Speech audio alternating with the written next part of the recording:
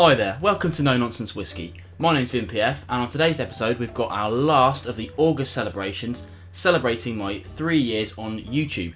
Now if you haven't caught any of these before, the idea generally is that I am kind of tenuously linking videos to the number 3. I've done some 33-year-old whiskies, I've done my first 3 reviews, sort of. If you want to go back and check them out, that'll be perfect. I would love you to go and see those videos. This one is the last one in August, and again, a little bit tenuous because it is actually my 3rd delivery from the Summerton Club. Now usually I do an unboxing of that, but this one was delivered fairly recently and I couldn't resist opening it straight away as I had a friend round that night, and it seemed a little bit kind of self-indulgent almost to do an unboxing once I'd already unboxed it and pretend that I hadn't already broken the seal. So I've decided to go crack on and do a review of it almost straight away. As you can see, I've tried a fair few drams of it now, and I think we've got kind of got a feel of this thing. For me, I really like this sort of stuff, and you'll see why. Because today I get to talk to you about 3 different things. That's the Summerton Club, the Douglas Laing independent bottler, and the distillery, Craigellachie.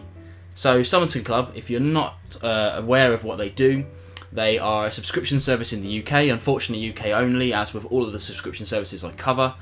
And they do 1 full bottle every 2 months, and that costs £50 on that month. So you don't pay it in split payments, you don't pay £25 a month, you pay £50 each time there's a delivery. This is my 3rd one so far. I haven't reviewed the 2nd one yet. It's the Bernheim wheated American whiskey. I haven't covered that one just yet, but I will get round to that. And this is the 3rd one so far. The first Scotch I've had from them as well, actually, because the first one was Japanese, then there was the American whiskey, now some Scotch. Really good service, you should go and check out the link below. That doesn't give me anything at all, I'm just a fan of what they do. Go and check them out. Now, Douglas Laing. If you've been watching the channel for any length of time, you'll know I'm a big fan of Douglas Laing. I cover a lot of their bottlings. Really nice to have a full-size bottle to my disposal, especially an Old Particular one. If you're not aware of Old Particular or Douglas Laing themselves, they've got quite a few different brands. I've covered quite a lot of their remarkable regional malts. I'll chuck up a link to my Douglas Laing playlist up here. But Old Particular is their Single Cask series. Now they go and select these casks, they mature them, and they bottle them non-chill filtered, natural coloured, which is what we have here today. So this is a Craigellachie 12-year-old. Interesting thing about Craigellachie is they're a bit of a kind of sleeper distillery. You probably would be forgiven for not have heard of them before. You don't really see many of their bottles around. They do have some core bottles, and that's the 13, the 17, and the 23-year-old. But predominantly the whiskey is in blends, in dewars in fact, who are owned by Bacardi. So they've been around for a while, but bottles of theirs actually with their name on it haven't really been around, apart from independent bottlers, until sort of 2014, that sort of time. Lots of information. Best thing about bottlings like this is that all the information is on the bottle. So it's perfect for the kind of no-nonsense stuff. They do have some tasting notes on here, and that, you know, within their rights. Personally, I don't get a lot of it, but that's just me. So we'll ignore that bit, but some information on here that's really good is that it's 1 of 358 bottles, single cask as I said, 48.4%, which is surprisingly low for a single cask, especially a young one. So interesting maturation on that one, I think. It's a refill hogshead. So you have virgin oak, you have first fill, and then you have refill. Don't think they calculate the 2nd, 3rd, 4th, they just call that all refill, but I imagine this is probably that first, so it'll be the kind of 3rd fill, I guess, technically. 12 years old, so this is actually distilled in November 2006 and bottled in November 2018, so exactly 12 years old in the cask. There are some other bits of information on there as well, but they're the important bits that we care about, right? We've got the numbers, whether it's coloured or non-chill filtered, that sort of thing, all very interesting stuff. Now, the thing about Summerton, as I said, is that it's £50 every 2 months. One of the things they try to do is give you good quality whiskies that would be around that sort of price, but would save you a little bit of money.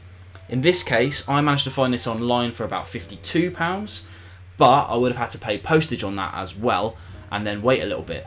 So it would have been roughly £55, £56, £57 in the UK, that sort of thing. But with the £50, that's postage included. So I have got a little bit of a discount on this, and I have to say I wouldn't have picked this on my own, which is a real shame, and I'm glad that I've got it because I quite like it. Right, I've banged on enough, so let's get onto the whiskey itself and see what we've got in the glass, shall we? Now, I don't often talk about colour, but because we know that it's natural coloured and we know it's single cask, it's probably good to talk about it, because you can see here it's actually quite pale. But that's the interesting thing about this whiskey, is that shouldn't put you off. Colouring really is for the kind of mass markets, for travel retail, that sort of thing, you know, to catch the people that don't really know what they're talking about, to intrigue them into the bottle. That's all well and fine, that's just marketing, that's just how it works. But stuff like this, stuff like Douglas Laing, prove to, I don't want to use the C word, but connoisseur, to the people like you guys watching, that you don't necessarily need to colour to be a quality whiskey. On the nose then. Now it's got a real malty nose to it. It's that kind of smell, if you've been to a distillery you'll know what I'm talking about. You walk in, it's that kind of, that alcoholic malty smell in the air. Really quite sweet as well.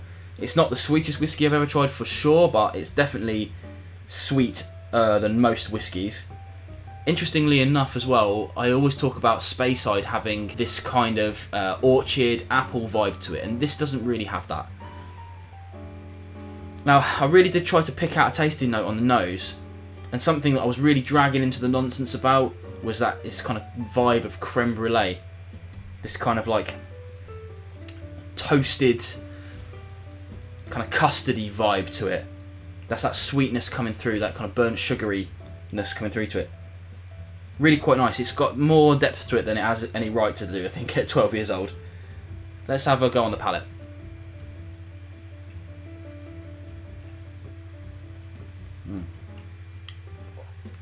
The first sensation you'll get is this kind of spiciness that comes through, and that spiciness stays on your tongue all the way through to the finish and beyond.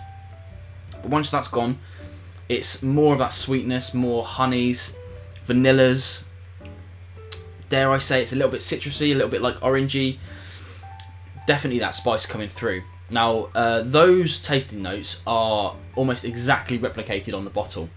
And I'm probably being led by that a lot, but I didn't agree with the nose tasting. They say stuff like summer breeze and freshly cut grass, which is an interesting tasting note. But I do agree with the nose. Also the finish, medium long, is exactly where I put that, and that's what they put on the bottle as well. They go into some tasting notes on the finish as well, but I don't really subscribe to that. It's more replicative of the kind of palate. It just kind of peters out slowly. Overall, really tasty dram, really tasty dram. Now, as I said earlier, I wouldn't have picked this bottle, especially if I had £50 to spend. I wouldn't have just gone, alright, I know what I'm going to do, I'm going to go and find that Craigellachie 12-year-old from Douglas Laing. I would have probably bought something peated, to be honest, with how my taste palette is going at the moment.